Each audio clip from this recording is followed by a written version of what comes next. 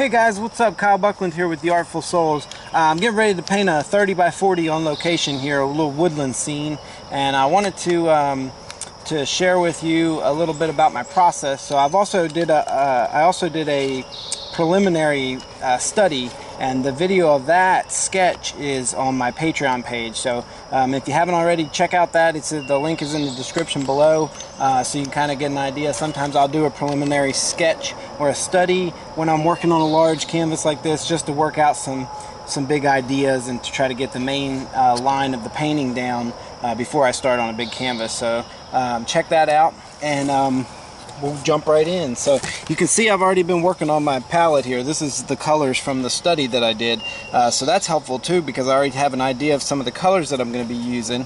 But real quick, I'll go over my materials. I've got permanent matter deep, cadmium red light, cadmium yellow light, phthalo blue, ultramarine blue, burnt sienna, yellow ochre, and ivory black.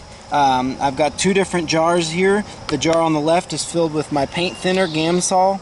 I'll be using that to clean my brushes out as I go. And on the right, we've got my medium, which is 2/3 Galkit painting medium and 1/3 Gamsol paint thinner. So what I've done is I took this and I whipped it up into my white paint. So I've already whipped up my white paint and gotten it nice and flexible. That's really helpful. And you can see too that I put out a lot of paint. So I went ahead and put out all my paint for this big canvas. Now with a big canvas, there's a couple different problems that sometimes can present itself. One is making sure you can see over the canvas to paint.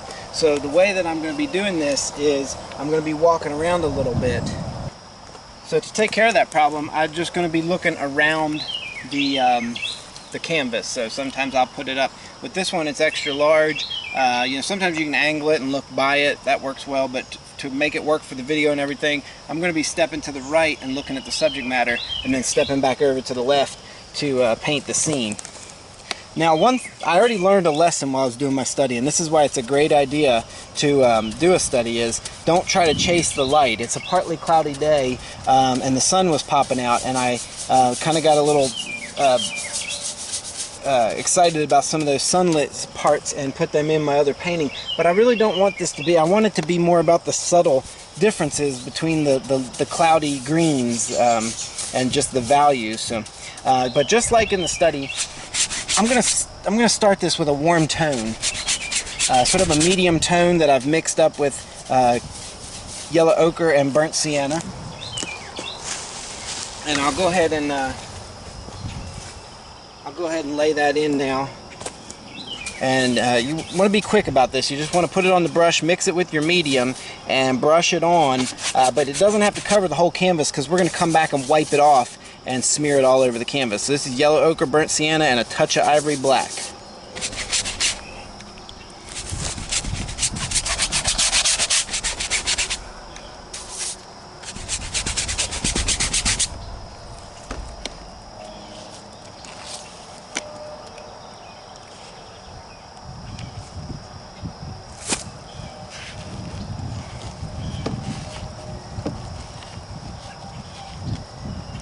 Alright, so you can see that my canvas was starting to move around on me a little bit. Remember these little clips. If you have a French easel, if you're working, which a lot of times when I work big, I work with this French easel, they have these little pegs that pull out and can clamp back down on your canvas. Make sure you put them out, and that'll keep your canvas from sliding around too much.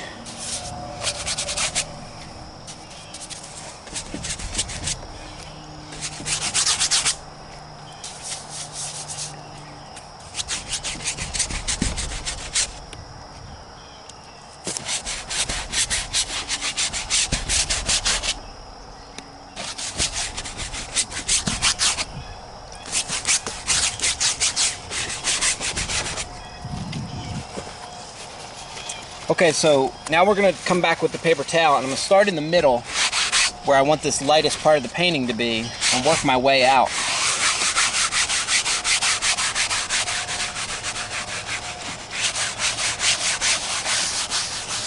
And there's no right or wrong way to do this.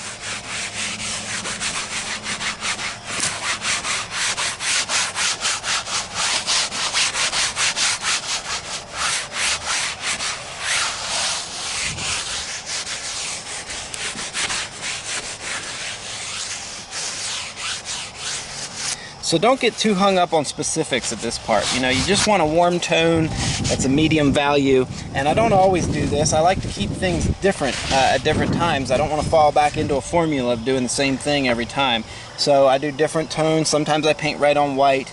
But because we got all this green, it might be nice to have some warm tones underneath. Sometimes paintings with a lot of green can get too cool and you don't have any warm tones to contrast all that cool tone with. So we're gonna keep this underpainting nice and warm to help accomplish a nice contrast with all the cool greens that we'll be having in our painting.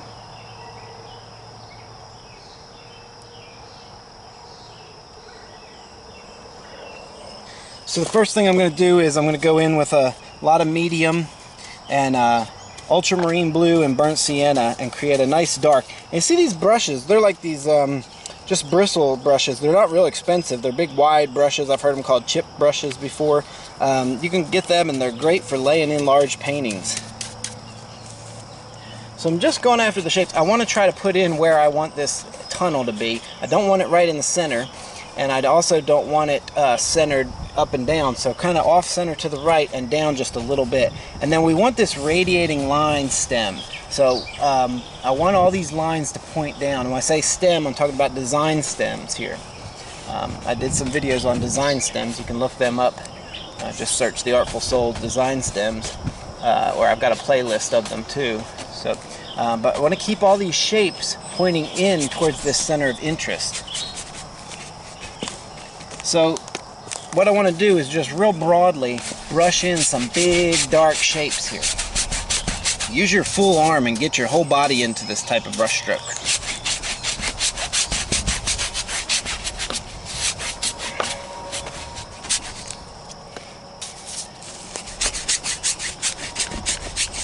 And so I'm generalizing here the shapes of the shadows of these trees just to create again, this tunnel effect or this radiating line effect. And I want to keep my shadows dark and warm. That's important. Again, we'll have plenty of time to put light areas, cooler areas in as we go. But for this first part, let's keep everything nice and dark and warm.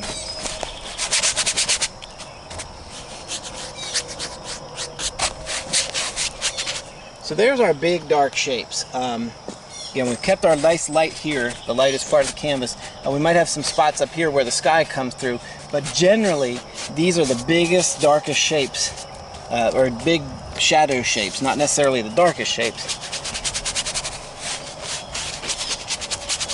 but just to establish our main dark and light. And you'll notice here that I'm keeping 2/3 of the canvas in shadow and only having about 1/3 of it pop out as light areas. That's on purpose.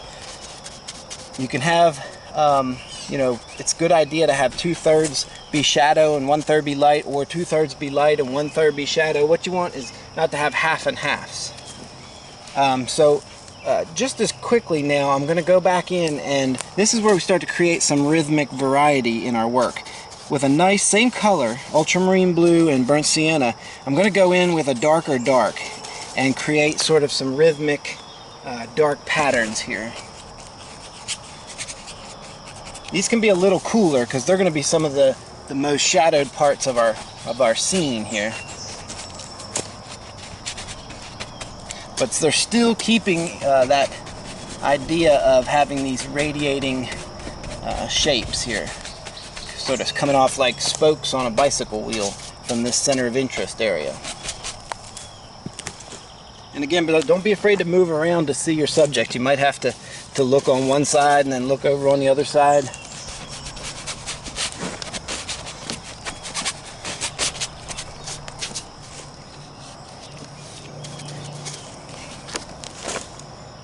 I might back up and come back in. I almost think of this part of the painting almost like a sword fight. That's sort of a you come out swinging type of fight, you know.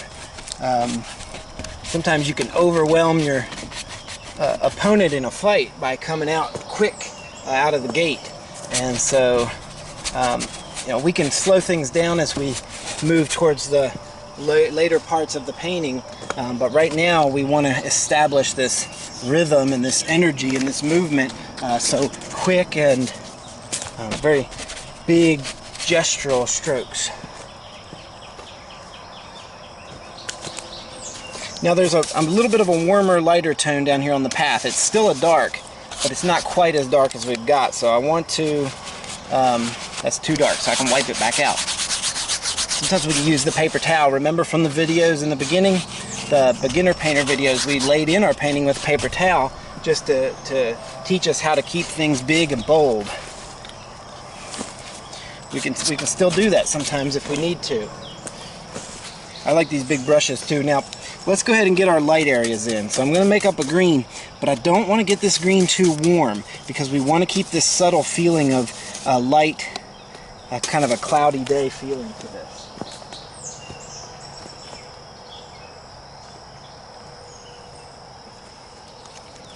Put out some more medium. I don't want to use a lot of thick paint here, so sometimes I paint with a lot of thick paint. Other times I purposefully keep things more thin. So we want to hold down our tendency to use thicker paint. I know I've taught that before, to use thick paint, but for this I want to show you how to use thin paint just as effectively. So this is a nice light, cool green tone here for this field back here. We want to cut in around some areas here and make some little suggestions of trees and spots where we can see through the foliage to the field behind it. And we want to work quickly as possible, especially on a big canvas. It's so easy to get intimidated and you start slowing down and it just looks different. It looks like you approached it differently.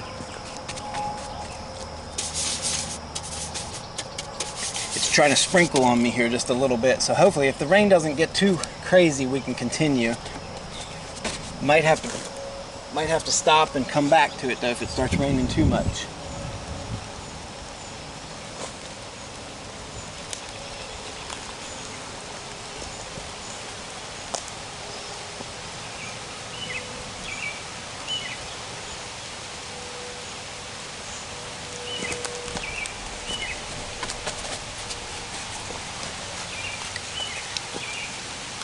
We'll wipe this brush out here and use the same brush to lay in a warmer, lighter tone for the sky. So areas where the sky's popping through. Nice pink color.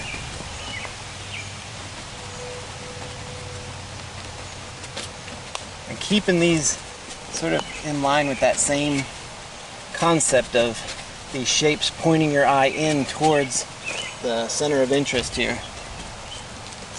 And let's get a nice purple tone on this path. Cadmium red light, just a touch of that permanent matter deep. Get a nice purple tone, a little bit of burnt sienna and white. Yeah, something along this lines right here. That's where it catches a lot of light, and then we can actually darken it up. So a little bit more cadmium red light and burnt and ultramarine blue. Darken it as we come back. And there are some spots where this dirt shows up here in the beside the path too. We don't want it to look like an asphalt driveway. We want to keep everything organic.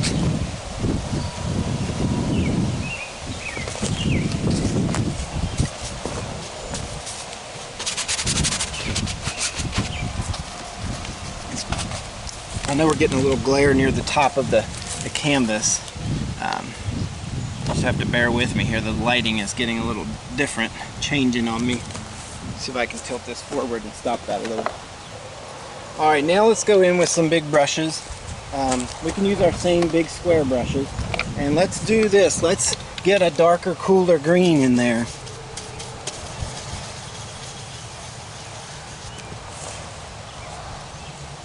So a little bit of phthalo blue and ultramarine blue and just a touch of yellow ochre. We don't want this to be too hot. We want this to be nice and cool.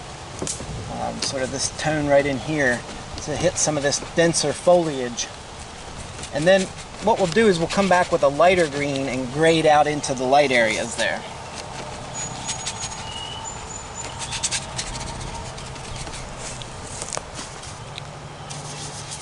Keep your fingers crossed that the rain is going to stop here soon.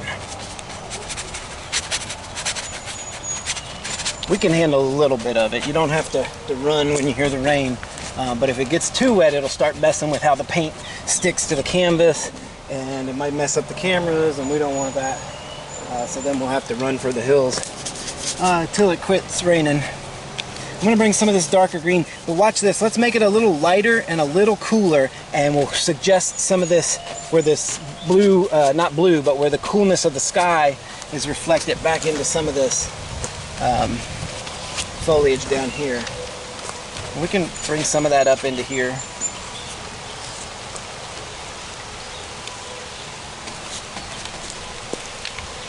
Let's get a lighter, warmer green and go into, start making some of these transitions now.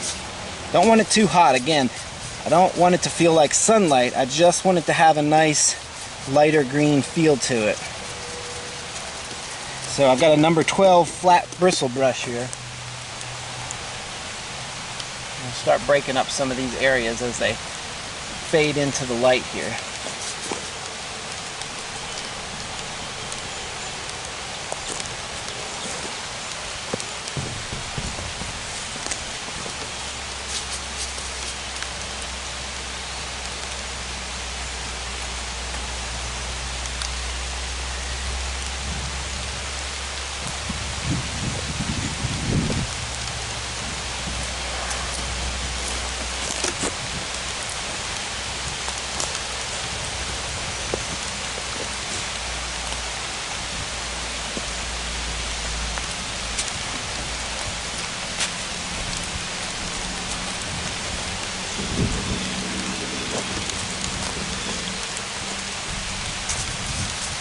Maybe we can really start to pick up some of this idea of rain coming down here. I'm already starting to get some little suggestions of it, the way it's hitting the canvas. So we can have a little fun with the rain while it's trying to run us off.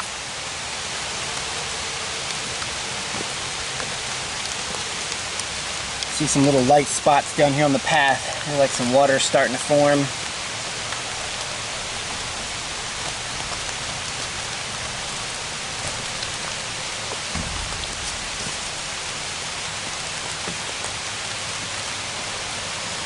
A lighter blue back in here.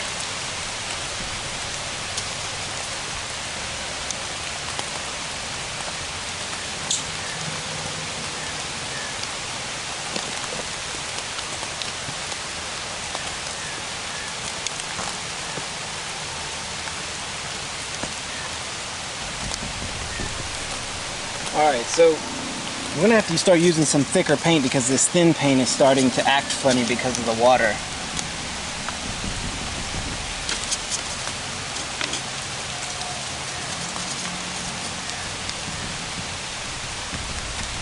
Now I'll tell you what, I'm going to stick it out just for the sake of fun and try to paint this thing as fast as possible so you really get to see something cool here.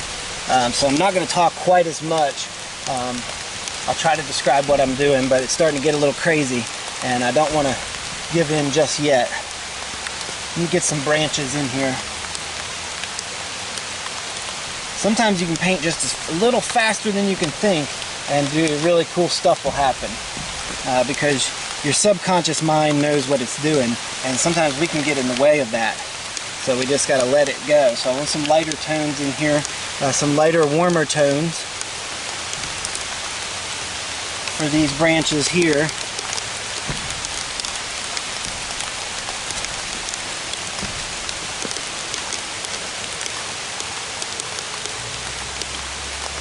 And let's hit some dark. So I keep pushing my lights and then pushing my darks. Let's get some darker darks in there. I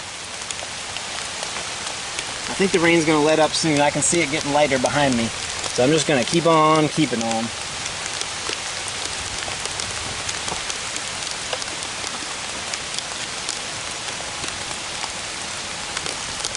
These are some dark accents to really add some little shadowed areas up in there. I'm using cadmium red light and ivory black. Sort of a quick shortcut to a nice warm dark, so we don't have to fool around trying to mix up specific darks. Now let's do some little descriptive brush strokes down along here. And I want to get some, again, a feeling of that rain back there is going to give us some cooler tones.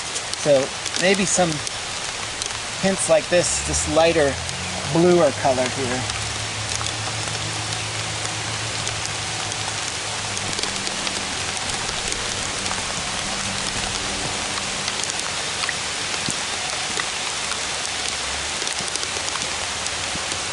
And we're getting some nice reflected light too on these leaves. Watch this nice light blue color come in where these leaves are starting to get wet.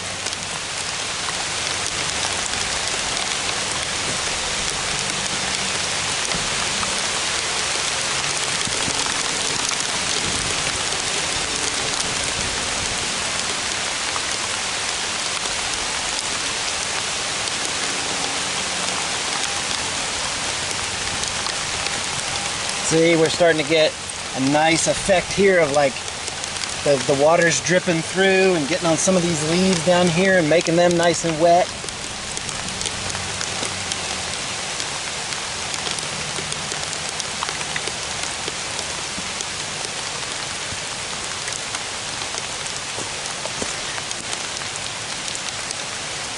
And the paint resists the water, so I mean, you might get a little effect on your canvas that you weren't actually looking for, but sometimes that can help to your advantage. If it starts to really bother you, then you can call it quits. But we're underneath the trees here, and the cameras are staying dry enough, so I'm just going to keep on keeping on. So I'm using some lighter tones now, putting that yellow in there, finding ways to just suggest some light foliage around areas here. And then we'll come back with even some darker darks. But it's nice because there's actually a feeling of the rain being created by the rain itself. So how cool is that? There's little, the water is kind of carving away little spots on my darks, which are making them a little bit lighter. So we've got this nice sort of tonal effect happening. So that's cool.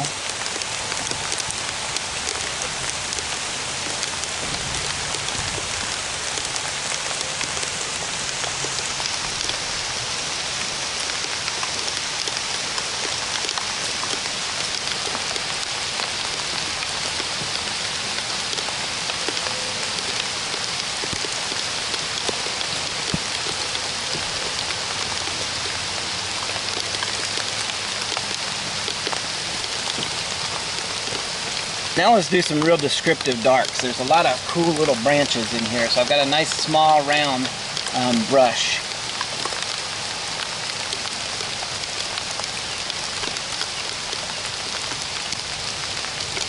And here we're going to start to really tell a story.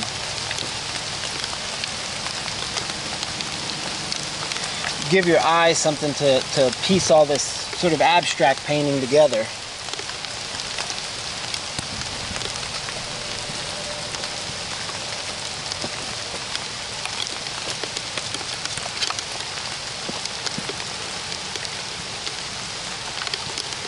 Something lighter tone down there too.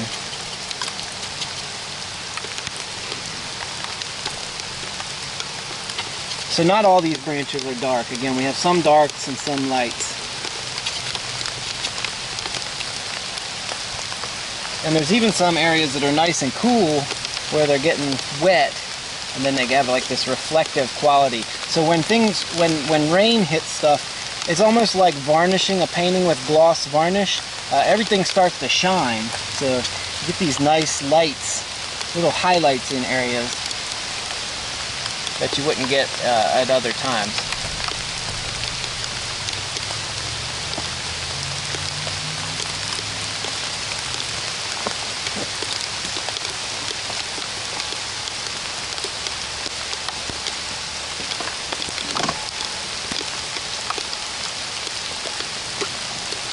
I'm going to squeeze out some more ultramarine blue.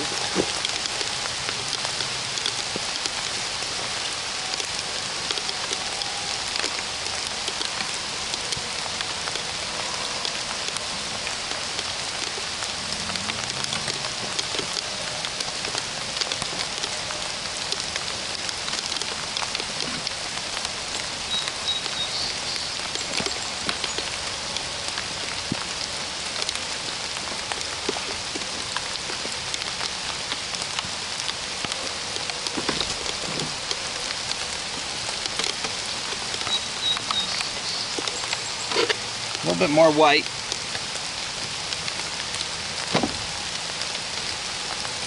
I want to get some darker leaves coming in the foreground now, to create a sense of depth. So the rain is starting to wash out the other darks just a little bit, which that's okay because we're, it's Impressionism. So, but I want to get some nice darks to pull forward some of these areas that lost some of their oomph because of the way that the paint is behaving in the rain.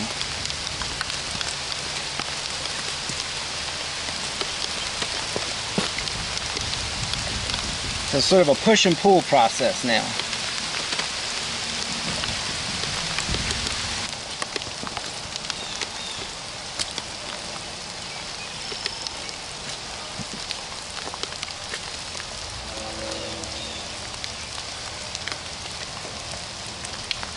So I'm going to keep pushing some of these darks, which is again going to help us pull out a little bit more depth because everything got flattened out a little bit when it started raining. So the rain's starting to let up, so this will be nice. We'll get to pull through and sort of incorporate some of that experience into the piece and hopefully give it some unique energy and feeling to it. So it's all fun, all part of the fun of working outdoors. You never know what you're going to get, and you know what?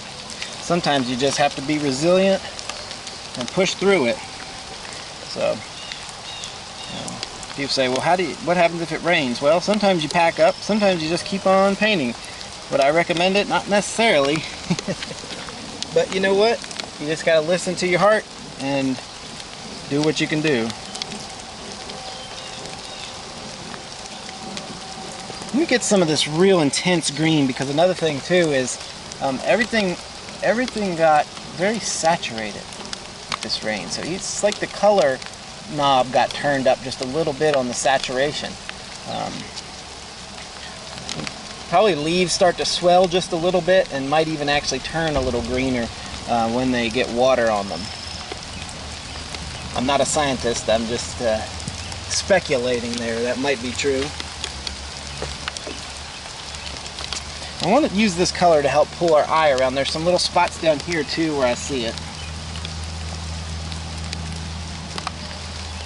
Not too yellow though, or else will start to look like too much sunlight. I just want to get just a feeling of this glow that's happening, sort of a backlit glow that we've got going on here.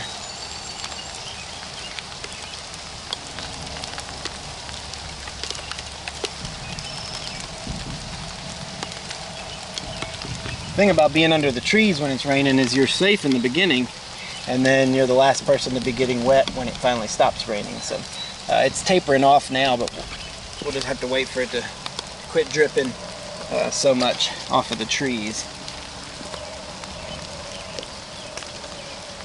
My medium is really helping me here because it's helping the paint go on the canvas. So that little bit of water kind of made some weird marks on the canvas, and it's kind of a slick surface now. It was a little different than what it was before. So keeping that medium in my paint and keeping it keeps it able to kind of flow off my brush a little bit better.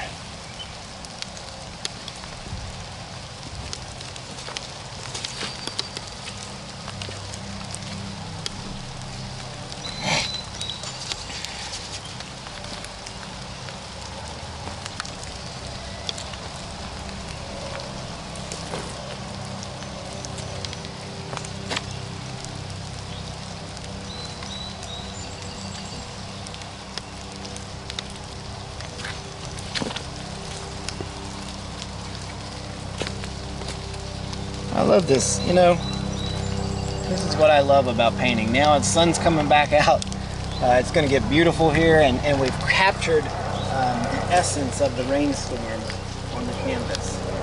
So, it doesn't get much more authentic than that, because there's an energy about you when you're outside and things change and you're dealing with the elements.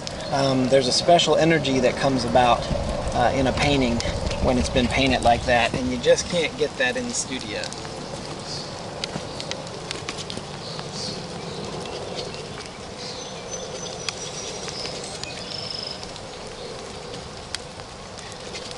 I always say take your lessons that you learn from when you're outside painting and bring them in, and when you're studio painting you can do that.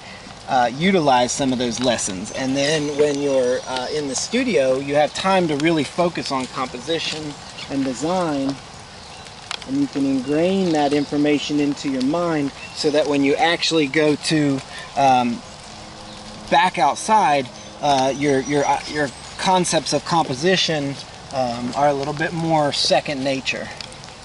That's what you're looking for. I want to get some of these vines. They play such an important part in the mood of this place. We've got lots of vines hanging down from up above. So to do that, I'm going to start here and I'm just going to come right in, but then see they get a little squiggly as they come down. They're not like regular branches. They're very organic and fluid.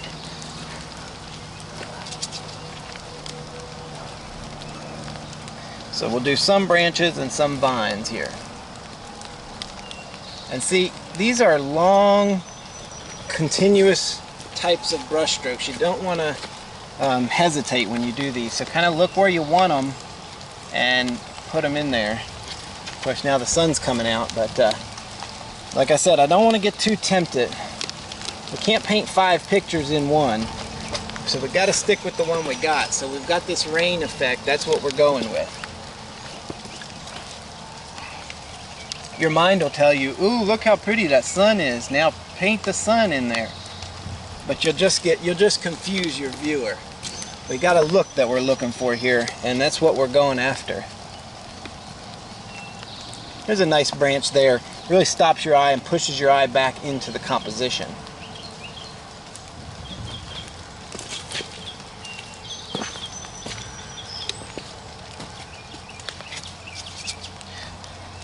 I want to set up this little area. We have this little bucket out here and I want to put it in there sort of to give your eye something to grasp a hold of there and sort of focus on near the center of interest. We're going to go ahead and do that now, put that in. To do this, I'm just going to, again, we don't want to treat things differently just because we know they're not part of nature, they're just a bucket, but we want to paint it the same organic, fluid feeling that we use painting these other parts of this painting.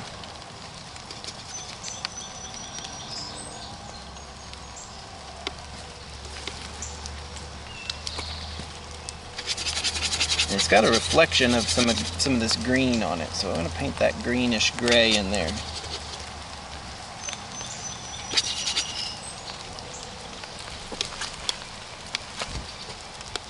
Now you got to play your cards right when you're out painting. I knew today wasn't supposed to be a rainy day. Scattered showers, 20% chance. So I had a feeling that that little rain shower was going to stop. And I went with my feeling, and luckily I was right, and it's cleared back up. Now if I had known that it was supposed to start raining and rain all day long and just pour down rain, I probably would have thrown in the towel. So make sure you pay attention to the forecast. I've got the Weather Channel app on my phone, and I check it regularly. Before and during the day before I plan on going out. So I'm going to put some flowers in that bucket.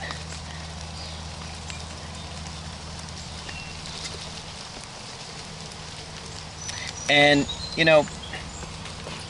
let's make them red. There aren't really any red flowers in that bucket, but I want a little touch of color near the center of this composition here.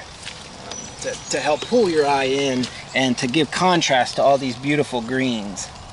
So we'll just do these nice red flowers here, and we can even have a couple that stick out here, sort of silhouette against that green there.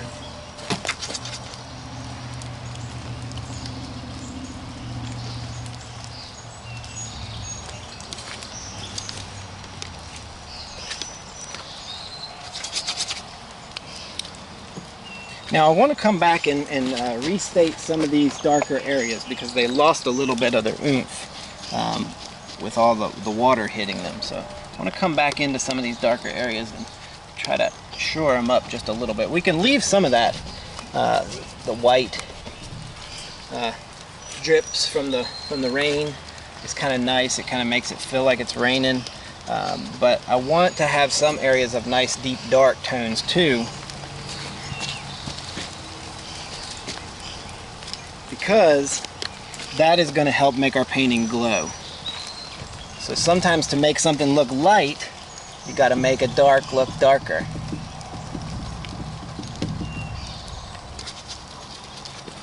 So if you're ever having trouble making something look a certain way in a painting, try changing what's next to it. In other words, if you want something to look more red, try adding some green around it. Or if you want something to look nice and dark, try to add some light areas around it.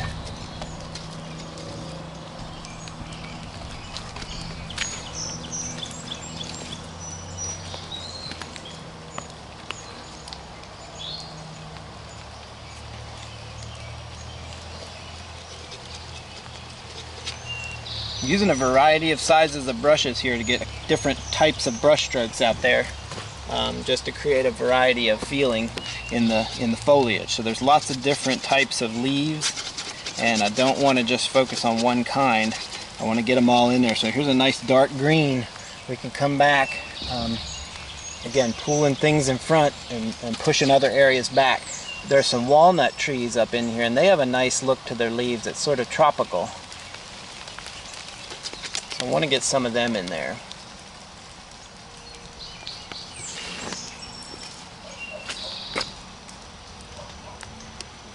And then if you put them over here, put some over here. It doesn't matter if they're there, I don't really care about that. I just care about balance. I care about making my picture look good. Ultimately, I could care less with what the scene actually looks like. You know, I use it as a springboard for my idea, but I'm not tied to the scene at all.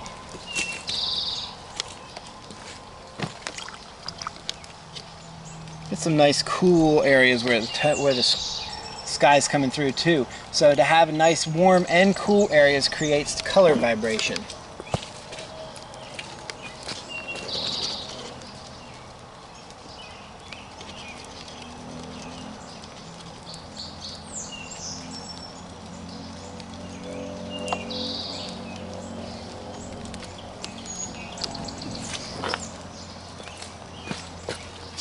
Now I want to outline some of these puddles.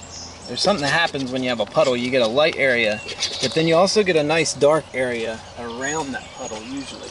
And you know, we don't actually have a puddle out there that I can see, but I went ahead and created one in there to help give this feeling of this drenching rain that's soaking everything.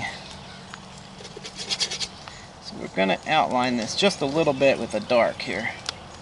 Like the soil got wet right around the puddle. Same thing right here, we'll do that. Soil is saturated around that puddle.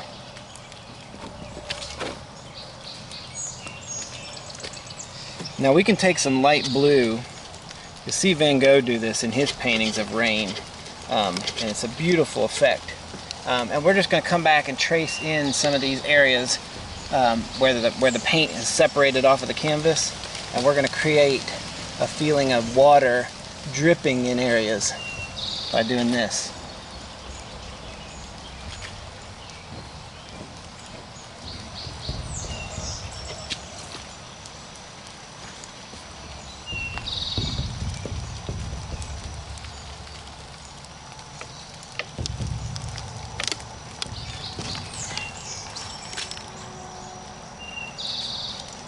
Well, a couple of those look good. Too many of them start to look goofy, so I'm going to paint some of them back out now. So again, you make this solid line, but then you come back and break it up.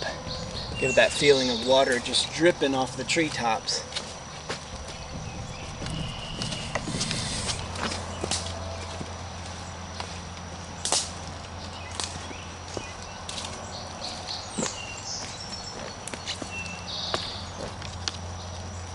I'm going to do some more little descriptive tree branches here. This is a nice big canvas. We can get in there and play a little bit with some detail. Nice strong diagonal. Creates a nice triangle in that composition.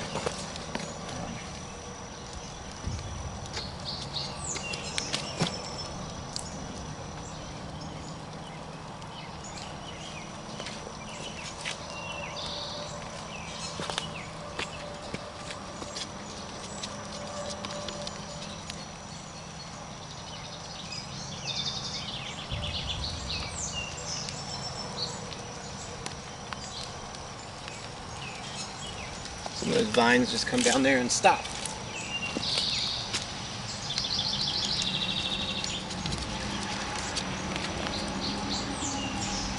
Now I'm picking up some thicker paint.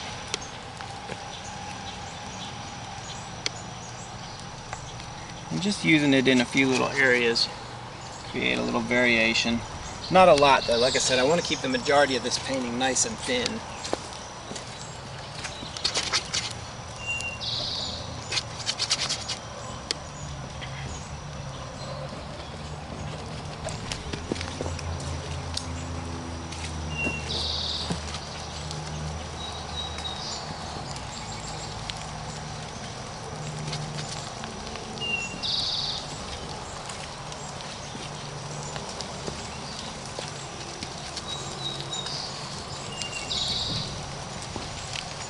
Some of these nice warm leaves here, do some nice thick paint, and I don't want to get them too yellow because then they'll start to look sunlit, but just enough here to add some texture and a little bit of foreground into this area here. So those are going to come forward. We'll have some over here too. And we can bring them into the foreground by bringing them down to the bottom of the canvas.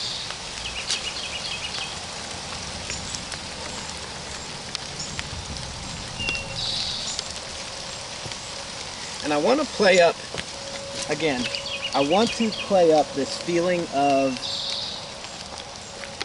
rain on everything. So look at this big floppy brush. I don't even know what this thing's called. I don't know where it came from, but I'm going to use it. I'm going to get this nice light blue, real reflective color. And then there are areas in here where I want to pop this in. Maybe darken it just a little bit.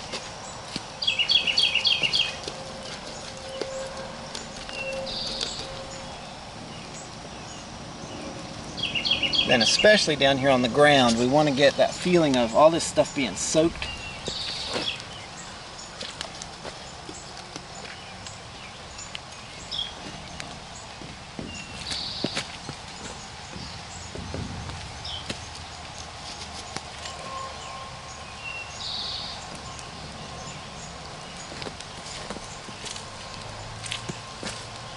And then some of this foreground here is, again, got darker where it got wet, so make sure you have enough medium on your brush so that this paint slides off the brush and onto the canvas, because we got some issues here with the water on the canvas making the paint act a little funny.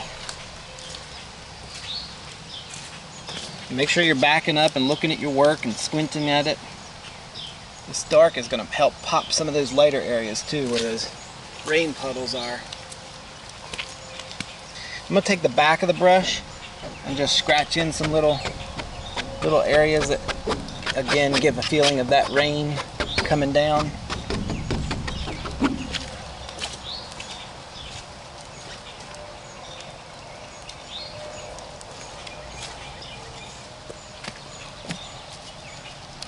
Grab some of this light green again, this big brush, big floppy brush.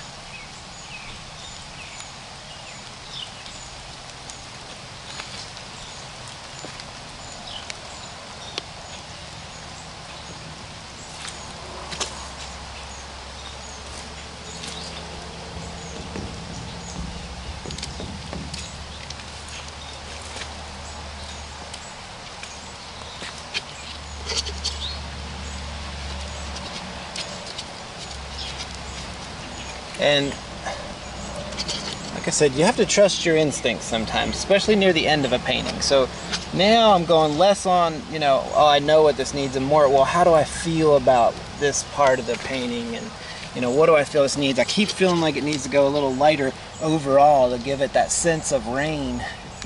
So I'm adding more touches of this light blue, and I'm letting my brush just dance all over the canvas, create a rhythmic harmony throughout the piece.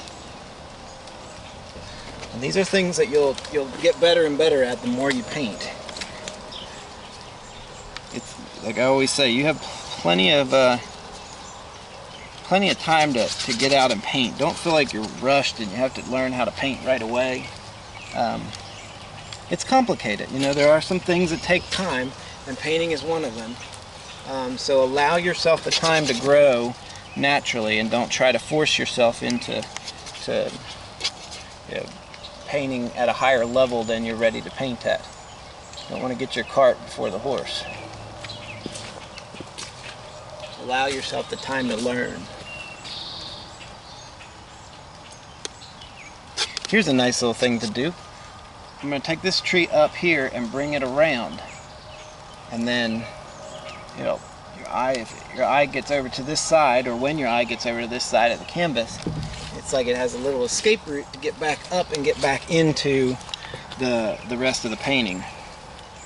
Take this black and red here and make a nice warm dark, and come in and hit some of these areas. Doesn't matter which red I use, I just want the red to darken it, to warm up the black a little bit, so that it's not a straight black. And I want to look for areas that need to be pushed back a little bit, or into the shadows.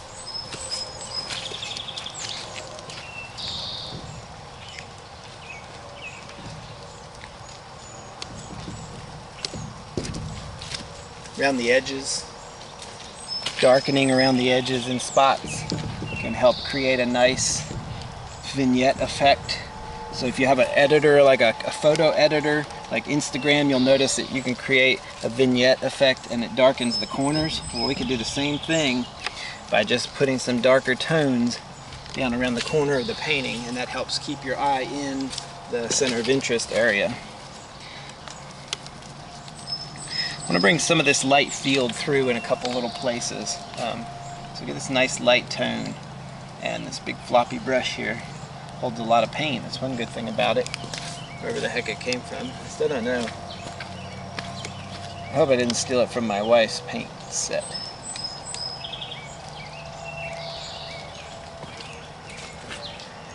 Okay. If I did, I'm sorry, Jen. Alright, so this is nice. What I'm doing now, I'm squinting back and I'm cutting up some of this dark area with this little touches of this field to kind of bring your eye across the bottom section of what's in the background here.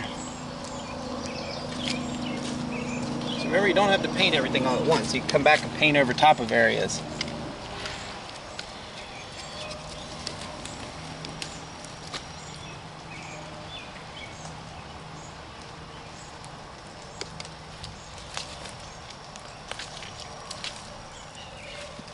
Even some light greens, but they're not quite as light as that. They're not quite as light as the field back there. A little darker.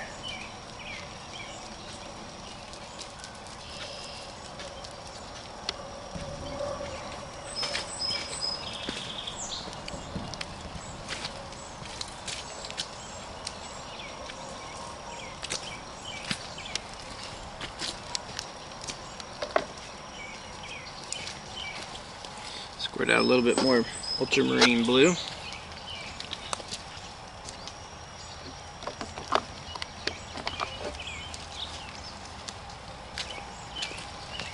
A little bit more cadmium yellow light.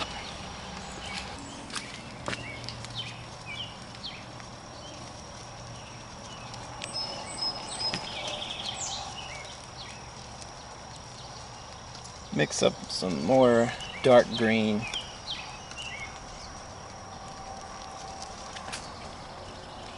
I want to come back and sort of push this area back just a little bit with some darker greens. Maybe even like a suggestion of a little cedar tree or something right back here.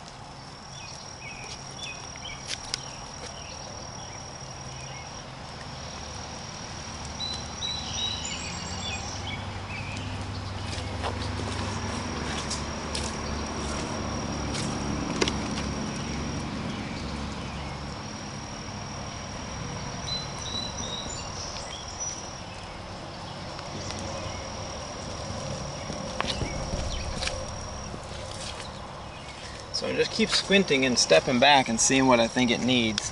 I feel like I need to push these darks a little bit more. So it's a fine balance because I want contrast. I just don't want too much contrast because I want to keep this nice feeling of the rain. If we push the contrast too much, we're going to lose that.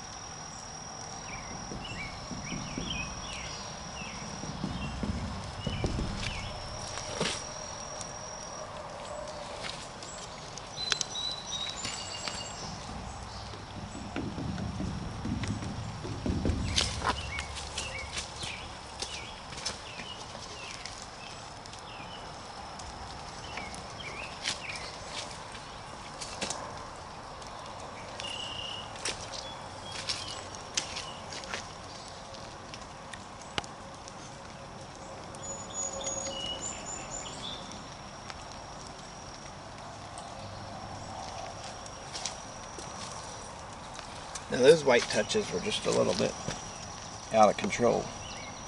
Come back in, get them to look right. So I'm getting really close now, and I don't, again, I don't want to overdo it. I always say that it's easy to do. So you have to kind of reel it in and slow down and step back and look at your painting, squint down your eyes, think about what does this painting really need, if anything. And I'll tell you one thing I think it does still need is just a little bit more of a punch where those red flowers are.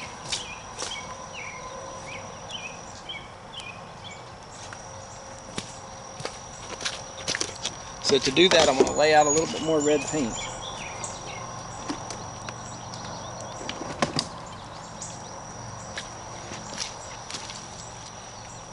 A little bit more of this cadmium red light.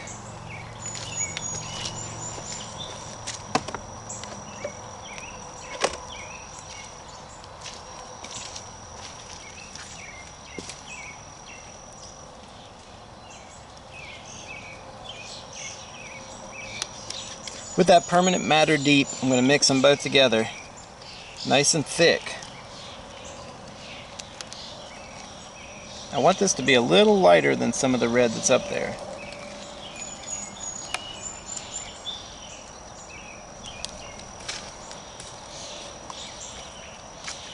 And then maybe just a hint of some red somewhere else in the picture too, because a lot of times when your eye sees a color, it likes to go around and see it in other places in the picture too.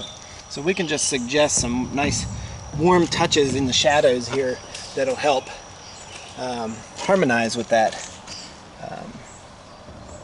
red and help move your eye around the picture too. So we can play with color as long as our values are correct. Might even be a little bit down here in the foreground in this muddy part. Just a suggestion of those tones.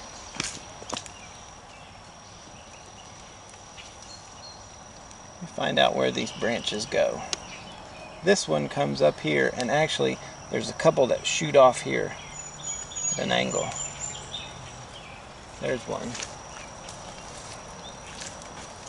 You want to be deliberate about these branches. You don't want them to just look like you kind of just forgot where they were going when you did them. And that has, so we can bring this up like this. Go out with a pencil and paper and just draw trees for a day. That'll really help you when you get to this part of your painting, because you know how the tree grows and how it behaves, so you can improvise a little bit and still make your trees look realistic.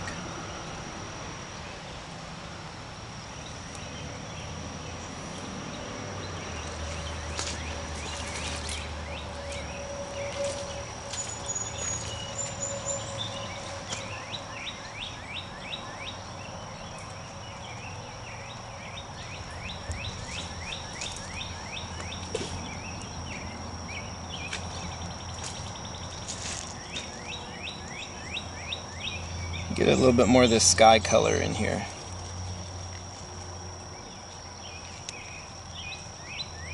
I'm going to open this area up just a little bit.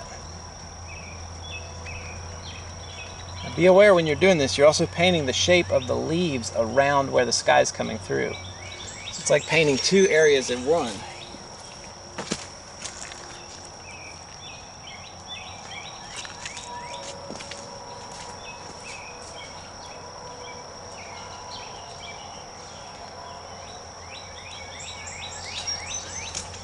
I'm almost done now. Just a few more light touches over here.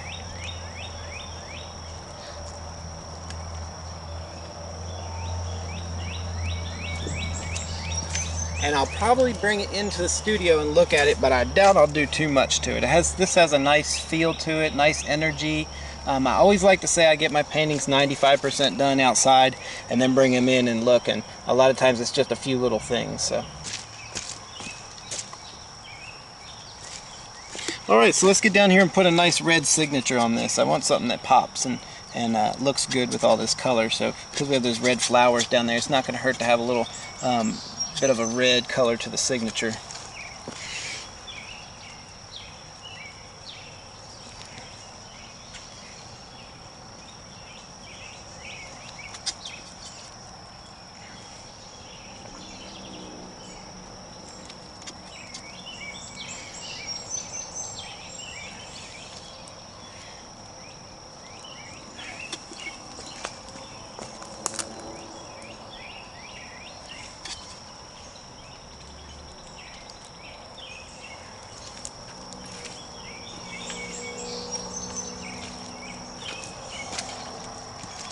And while we got this little brush out, why not do a few more little tiny lines here. This is a nice thin brush. Create a little bit more variety in some of these branches.